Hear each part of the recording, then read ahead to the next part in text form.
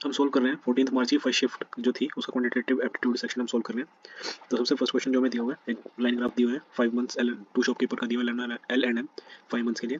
तो हमें दो कंडीशन दी हुई है जे बाई जे टू और जे वन दी कंडीशन दी है और J two by J one बताना है। The value of average number of calculator sold by L in all months, L in red वाली इन ऑल मंथ्स 300 300 600 900 1200 1500 1520 1560 और 1560 ये हो जाएगा 1610।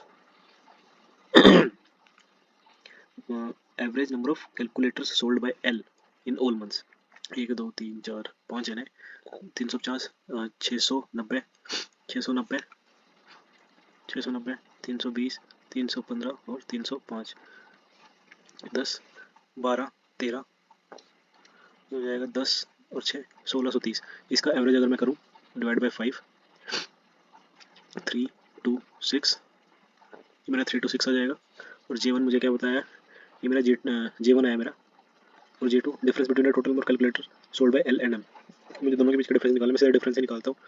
45 प्लस का प्लस 30 यहाँ पे -40 क्योंकि रेड वाली लाइन से मैं ब्लू वाली लाइन माइनस कर रहा हूँ, डी नीचे यहाँ पे -15 और यहाँ पे -20। तो माइनस वाले कैसे ये हो गया -65 -85 माइनस नहीं 55, ये हो गया -55, ये 75 हो गया -75 और प्लस मेरा 75, यानी मेरा डिफरेंस तो जीरो हो गया। तो J1 जो मेरा J2 है वो क्या है, वो जीरो है। तो यहाँ से मेरा J2 बाई J1 भी जीरो हो जाएगा। Option is second. Next question, Rajiv score 20% marks in an examination failed by 25% marks. वो 20% स्कोर किया है और फेल हो गया 25 मार्क्स से फेल हो गया। तो मतलब 20% प्लस 20 जो मार्क्स हैं ये पासिंग मार्क्स हैं। If he scores 50% marks then he gets 20 more than passing marks. ठीक है, मतलब वो कह रहा है कि अगर वो 50% मार्क्स को स्कोर कर लेता है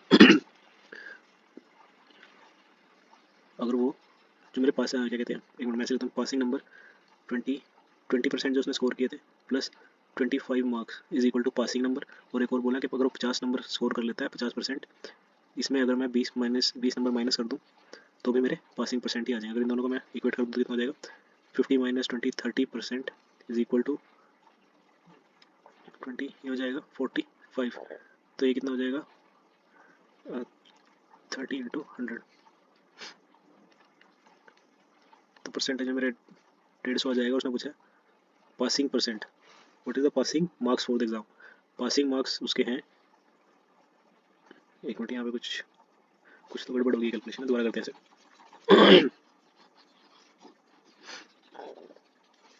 solar Rajiv scored 20% marks in an examination failed by 25 marks. मतलब अगर 20% उसने स्कोर किए हैं, अगर वो 25 मार्क्स और स्कोर कर लेता है तो पास हो जाता। ये उसके पास मार्क्स हैं। इफ़ ही स्कोर्स 50% मार्क्स, अगर वो 50% स्कोर करता है then he get 20 more marks than passing. मतलब अगर इसमें से 20 नंबर माइनस कर दूँ तो वो भी पास मार्क्स होंगे। तो यानी 20% plus 25 is equal to 50% minus 20। तो ये कितना हो जाएगा, 45 मार्क्स आर इक्वल टू 30%। तो 100% मार्क्स कितने हो जाएंगे, 45/30 इंटू 100।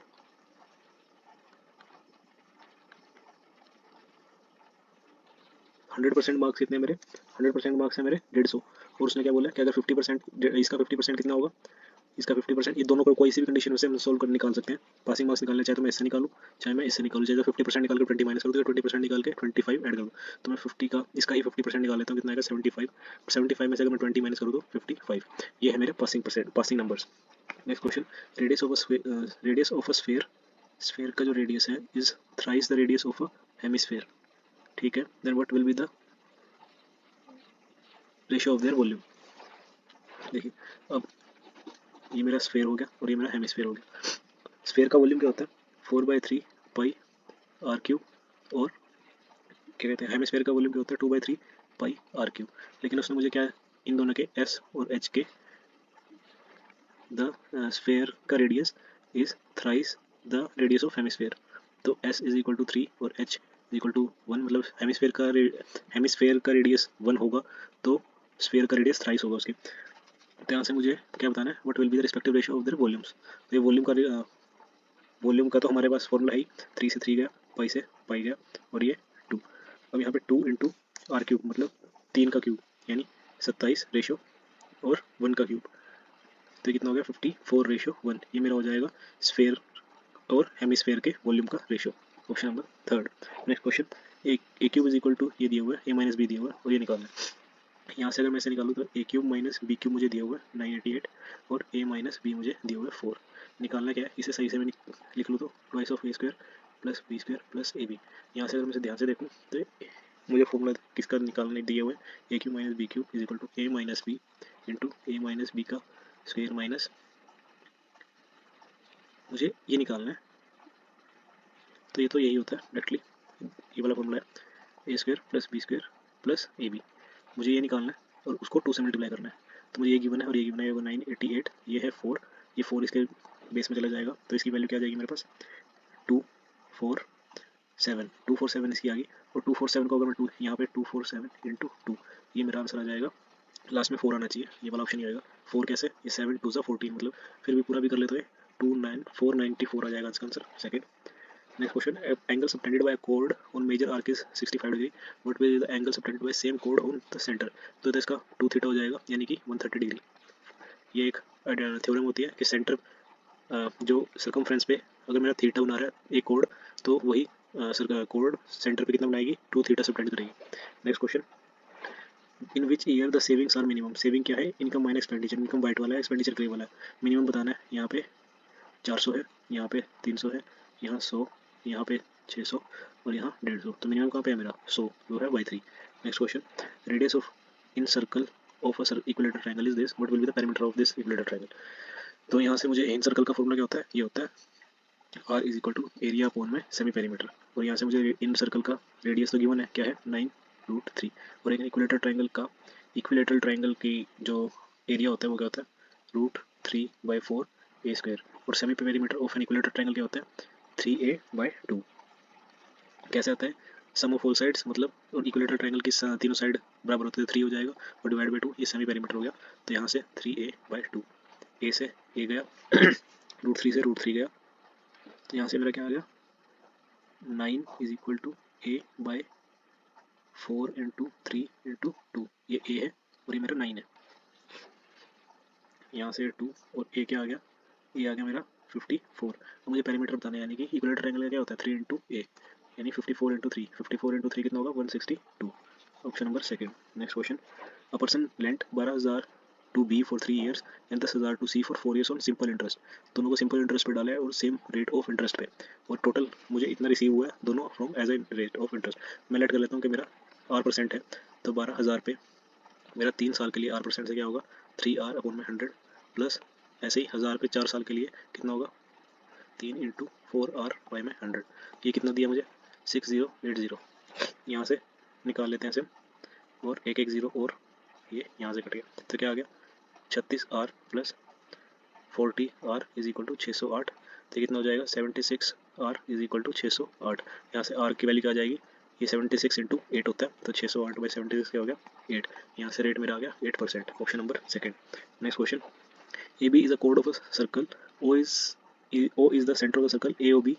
ये सेंटर पे सबटेंड कर रहा है 130, but will the angle subtended by the same कोड इन द मेजर सेक्टर। ये अभी हमने क्वेश्चन किया था उसी का रिवर्स क्वेश्चन दिया हुआ, सेम ही क्वेश्चन रिपीट कर दिया है इसने, बस एक बार आगे से पूछा मतलब एक बार फ्रंट से पूछा फिर एक बार रिवर्स करके पूछा। इसका आंसर 65 होगा, जो भी थ्योरम की थी सेंटर और सर्कमफ्रेंस पे सबटेंड करने वाली एंगल वाली एक कोड के द्वारा, वही वाला क्वेश्चन है रिवर्स में। नेक्स्ट क्वेश्चन, हमें इसका बताना है कि किसका फॉर्मूला है ये। तो यहाँ से हम एक चीज़ देख सकते हैं कि ये तो हमें यहाँ से देखना होता है कि कौन किस किस में नेगेटिव आ रहा है।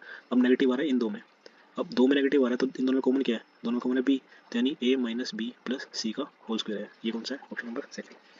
Next question, how many composite number are there between 23 and 43। अब मेरे पास टोटल नंबर 23 से 24 के बिटवीन में, देखिए दो चीज़ें होती हैं, मुझे 23 से 24 तक गिनने हो तो होते हैं 43 माइनस 23, उसमें 43 गिना जाएगा। और अगर मुझे दोनों गिनने हो मतलब इंक्लूडिंग बोथ, ये हमें रीजनिंग में सीखना होता है, तो दिस माइनस दिस प्लस 1 करना होता है ताकि हम ये दो फिर 43 के तो हमने पहले आ गया था गिना गया था, फिर ये भी गिना जाएगा। लेकिन अब मुझे क्या करना है इन बिटवीन, मतलब इन दोनों के बीच में, मतलब ना तो 23 गिनना है ना 43 गिनना है। गिनना मैं क्यों बोल रहा हूँ उसको भी बताता हूँ मैं। तो यहाँ से 43 माइनस 23 कितना हो जाएगा 20 और -1, क्योंकि 43 भी काउंट हो रहा था, यानी 19 नंबर्स होंगे मेरे 23 और 43 के इन बिटवीन, इन दोनों को छोड़ के। तो टोटल नंबर तो मेरे 19 होंगे इन दोनों के बीच के। मैं मुझे क्या बताना है, कंपोजिट नंबर इनके बीच के। देखिए कंपोजिट क्या होते हैं, जो प्राइम नहीं होते, मतलब जिनके फैक्टर्स होते हैं, मतलब दो से ज़्यादा फैक्टर्स होते हैं, दो से ज़्यादा फैक्टर, और दो कौन से, one and the number itself. इससे अलग जो जिनके फैक्टर्स होते हैं तो वो होते हैं मेरे कंपोजिट नंबर। तो मुझे ये निकालने के बजाय मैं प्राइम निकाल के इसमें से माइनस कर दूंगा अगर 19 में से, तो मेरे कंपोजिट ही होंगे वो। और प्राइम निकालना आसान होता है क्योंकि प्राइम कम होते हैं। तो अब मैं प्राइम निकालूँ कितने आएंगे, 23 के बाद 23 तो काउंट करना नहीं है, 23 प्राइम है। उसके बाद मेरा आएगा 29, फिर आएगा 31, फिर आएगा 37, फिर आएगा 41, फिर तो 43 आ गया। तो 1 2 3 4, 4 प्राइम नंबर है मेरे। तो मैं इसमें से 4 माइनस करूंगा, टोटल नंबर ऑफ इनमें से कितना आ जाएगा, 15 कंपोजिट नंबर आ जाएंगे मेरे, जो कि ऑप्शन फोर्थ है।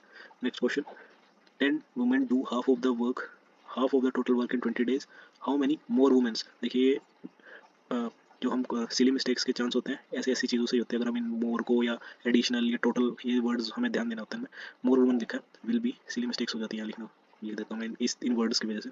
Will now be required to complete the remaining work in 10 days। देखिए 10 वीमेन, हाफ, देखिए क्योंकि हाफ उन्होंने करना है और बचा हुआ हाफ ही उन्होंने करना, तो मतलब इक्वल वर्क ही हो गया ना दोनों केसेस में। पहला वर्क जितना हो रहा है उतना ही वर्क दूसरे केस में हो रहा है, तो मैं इसको हाफ वगैरह करने की जरूरत नहीं है। तो 10 वीमेन जितना वर्क कर रही है 20 days में, तो कितनी women, x women will work in 10 days। तो ये कितना हो जाएगा, वीमेन से वीमेन गया 10 से ये 2, तो नंबर ऑफ वीमेन कितनी आ गई मेरी, यहाँ से एक्स जो था मेरा, एक्स कितना आ गया 20, मतलब 20 वीमेन मुझे लगेगी बाकी के काम को 10 दिन में कंप्लीट करने के लिए। लेकिन अब उसने मुझे नहीं पूछा कि कितनी वीमेन लगी, उसने बोला कि मोर वीमेन, तो 10 वीमेन तो पहले भी थी, तो एडिशनल कितनी चाहिए 20 करने के लिए 10, तो मुझे 10 एक्स्ट्रा वीमेन को काम पे लगाना पड़ेगा। Speed of a train is 30% more than the speed of a car, both start from point P and reach at Q. P से क्यू रीच कर रहे हैं दोनों, एक ट्रेन है और एक कार है, एट द सेम टाइम दोनों, मतलब स्पीड, इनकी स्पीड में डिफरेंस है लेकिन फिर भी दोनों एक साथ स्टार्ट किया और एक साथ दोनों के दोनों ने रीच किया क्यू पे। पी से स्टार्ट किया और क्यू पे दोनों ने एक साथ रीच किया, टी और सी ने मेरे। इन दोनों के बीच का डिस्टेंस है 130 kilometre. On the way the train stop for 30 minutes. अच्छा, एट द स्टेशन, जो मेरा पहले तो एक चीज़ लिख लेते हैं, जो स्पीड ऑफ ट्रेन दी हुई है वो 30% मोर है, मतलब 30% more than the speed of car. तो इनके स्पीड का रेशो क्या हो जाएगा, ये हो जाएगा 13:10। अब एक चीज़ उसने बोली है कि जो मेरी ट्रेन है वो 30 मिनट्स के लिए स्टेशन पर रुक रही है, और यही कारण है ज़्यादा स्पीड होने के बावजूद भी दोनों, और कार मेरी बिना रुके चलती गई है। तो यही ये मेरी ट्रेन, मतलब अगर 30 मिनट का होल्ड रही है इसने, तो यही रीज़न है जो मेरी ट्रेन, क्या कहते हैं, और ये कार सेम टाइम पे यहाँ पे रीच कर रही है। देखिए सबसे, जब कुछ भी याद ना आए ना, तो इस क्वेश्चन को सोल्व करने का एक जो बेसिक तरीका है कि दोनों ही सेम टाइम में पहुँच रही है, ठीक है, मतलब दोनों ही सेम डिस्टेंस को, डिस्टेंस तो सेम ही हो गया ना, डिस्टेंस को कितने टाइम में कवर कर रही है। फॉर एग्जांपल अगर ये कार, मेरा जो मेरी कार है वो पी से क्यू टी टाइम में आ रही है, तो मेरी ट्रेन कितनी आएगी, ट्रेन आएगी 3 - 30 मिनट्स, यानी 1/2, क्योंकि इसने बोला कि 30 मिनट का होल्ड ले रही है। मतलब अगर ट्रेन ना रुके तो वो इस डिस्टेंस को T - 30 मिनट में कवर करती। अभी तो 30 मिनट रुका है ना, इसीलिए तो एक साथ कवर कर रही है कार और ट्रेन। अगर ट्रेन नहीं रुकती तो 30 मिनट्स लेके कवर कर, मतलब 30 मिनट्स कम में कवर करती। तो मैं यहाँ से, मुझे स्पीड दी हुई है जैसे, speed is equal to distance upon में टाइम होता है, तो यहाँ से मेरे दोनों का डिस्टेंस सेम है, तो distance is equal to speed into time, यहाँ से आ जाएगा।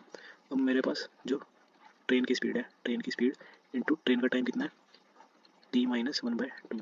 अब ये टी में से ट्रेन को मैं आर लिख लेता हूँ, ताकि रेल रेल लिख लेता हूँ, क्योंकि टाइम भी टी है और ए भी टी है। Rail is equal to car की स्पीड इंटू कार का time T minutes, T hours जो भी होगा।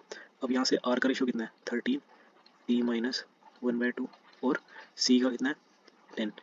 तो यहाँ से अगर सोल्व कर लूँ तो मैं क्या आएगा, ये आ जाएगा 3T इज इक्वल टू 13/2। यहाँ से टी कितना आ जाएगा मेरा 13/6। अब मेरा जो कार का टाइम है ना, जो कार का टाइम है वो मेरा ये आ गया, क्योंकि कार मेरी इतने टाइम में कवर कर लेती है। मुझे क्या बताना, what is the speed of train. देखिए अगर मैं यहाँ से देखूँ तो ये मुझे कितना दिया हुआ, सी कितना था मेरा 10 था, यहाँ से रेशो कार का, और टाइम कितना है मेरा 13/6, और ये मुझे दिया कितना हुआ है, ये मुझे दिया 130। और मुझे क्या बताना है कि स्पीड किसकी, मुझे स्पीड बतानी है ट्रेन की, जो रेशो में कितनी है 13। तो यहाँ से मेरा क्या आ जाएगा 130, ये मेरा 130 है, ये यहाँ से इससे ये गया और 6 ऊपर आ जाएगा, तो 13 × 6 = 78 किलोमीटर पर आवर आ जाएगी मेरी इसकी स्पीड। वैसे इसका एक छोटा तरीका भी होता है पेपर में सोल्व करने का, रेशो से होता है। तो अगर नहीं ये तो ये सबसे बेसिक चीज़ है, ये लंबा पड़ता है, लेकिन ये अगर आपके पास टाइम है तो ही करना चाहिए, वरना रेशियो वाले मेथड से जाना चाहिए, जो बहुत छोटा मेथड होता है लेकिन उसमें सोचना थोड़ा ज़्यादा पड़ता है। नेक्स्ट क्वेश्चन करते हैं। If tan theta plus cot theta is equal to 8, then देखिए ये है तो question x plus 1/x is equal to 8 और निकालना है x square plus 1/x square, लेकिन दिया है मुझे किसमें, ये मुझे क्या कहते हैं ट्रिग्नोमेट्री की तरह दिखा के दिया हुआ है, तो देखने में एक बार मतलब समझ नहीं आता क्या करना है, लेकिन ये बेसिकली यही पूछा हुआ है। तो 8 का स्क्वायर क्या होगा 64 और -2, यानी आंसर क्या आ जाएगा 62। Next question. एक ट्रायंगल है, is a right angle triangle Q, यहाँ पे मुझे क्या दिया हुआ है कि क्यू 90 है पी क्यू आर पे, पी क्यू आर मेरा एक राइट एंगल ट्रायंगल है, और पी क्यू मुझे दिया हुआ है 9, क्यू आर मुझे दिया हुआ है 11, then what is the value of cot P. Cot P यानी कि कोट पी होगा मेरा बेस, कोट होगा बेस अपॉन में, बेस अपॉन में परपेंडिकुलर, तो यहाँ से मेरा बेस क्या बनता है, ये 9 अपॉन में परपेंडिकुलर क्या बनेगा 11, आंसर मेरा third. Next question. On selling 18 pen at this there is a loss equal to cost of 3 pens. देखिए अगर मैं 18 पेन खरीदे मैंने सबसे पहले, और फिर उन 18 को बेच दिया, ठीक है, कुछ एसपी पे, तो मुझे लॉस हुआ है, तो लॉस मुझे किस पे होगा, मतलब ये 18 एसपी किसके बराबर होगा, लॉस मेरा क्या होता है सीपी माइनस एसपी, ये तो मेरा लॉस होता है, ठीक है। तो यहाँ से मैं अगर इसमें से मुझे लॉस कितने को है 3 और सीपी का, तो यहाँ से मेरा क्या आ गया 15 CP is equal to 18 SP, यानी सीपी कितना है मेरा 6 और एसपी कितना है मेरा 5, मतलब 6 की चीज़ थी मैंने 5 में बेची है, ठीक है। तो मुझे यहाँ से पूछा गया what is the cost of a pen, ठीक है। यहाँ से मेरा पहले मतलब मेरी एसपी कितनी आ रही है, एसपी आ रही है 20 रुपीज़, मेरा एसपी 20 रुपीज़ आया ना यहाँ से एक पेन का, सिंगल पेन है 360/18। अब मेरा एसपी का वैल्यू मेरा 20 है, लेकिन यूनिट में मेरा कितना है 50, और मुझे बताना है कॉस्ट प्राइस, तो कितना हो जाएगा 4, यानी 24 रुपीज़ हो जाएगी मेरी उसकी cost price. Next question. Average marks of 132 student in college is 50, if the average marks of the past student is 55 and the average marks of the failed student is 35, what will be the respective ratio of the total marks of the total marks पूछा है, total marks of the passed student and the total marks of the failed student, मतलब उनका average into number बताना का ratios बताना मुझे, average into number, average into number. तो मुझे सबसे पहले निकालना पड़ेगा कि मेरे बॉयज़ फेल और पास वाले बंदे हैं कितने। देखिए इसे हम एलिगेशन से कर सकते हैं कि 55 पास हुए हैं, 35 फेल हुए हैं, और एवरेज कितना आया उनका, नहीं 55 नहीं पास हुए, 55 पास स्टूडेंट का एवरेज है, 35 फेल स्टूडेंट का एवरेज है, और टोटल एवरेज कितना है 50। तो यहाँ से मेरा पास्ड और फेल्ड, तो इनका मेरा रेशो क्या आ जाएगा, ये आ जाएगा 5 और ये 15, 3:1, मतलब टोटल स्टूडेंट्स में से मेरे पास होने वाले बच्चों का रेशो 3 है और फेल होने वाले का 1 है, तो मेरे टोटल स्टूडेंट्स 132 है। 3 + 1 इज इक्वल टू 4 × 3, ये कितना हो जाएगा 3 तो मेरे पास होने वाले कितने 132 में से पास होने वाले बच्चे कितने हैं 99, और फेल होने वाले ये नंबर है, नंबर ऑफ स्टूडेंट्स। तो मुझे पूछा है what is the ratio of total marks कैसे आएगा, नंबर इंटू एवरेज, तो पास होने वाले बच्चों का एवरेज कितना था टोटल 55, यानी 99 × 55, रेशियो फेल होने वाले बच्चों का 33 बच्चे हैं और इनका रेशियो कितना है, इनका एवरेज कितना है 35, तो ये कितने पे जाएगा 3, ये 11 और ये 7, यहाँ से क्या आएगा 33:7, option number A. Next question मुझे पूछा at what time the body temperature of the patient is highest, यहाँ पे टेम्परेचर है मेरा, मुझे ये वाली वैल्यू करनी है, टाइम दिया हुआ, तो हाईएस्ट कहाँ दिख रहा है मुझे, ये दिख रहा है सबसे, ये कितने पे है 1 PM, 1 PM आंसर हो जाएगा इसका। Next question. 5xy दिया हुआ है, xy दिया हुआ है और इसकी वैल्यू बतानी है, तो 5x + y का मुझे ये बताना है 125 x³ + y³, तो यहाँ से क्या होगा 5x + y into 5x + y का स्क्वायर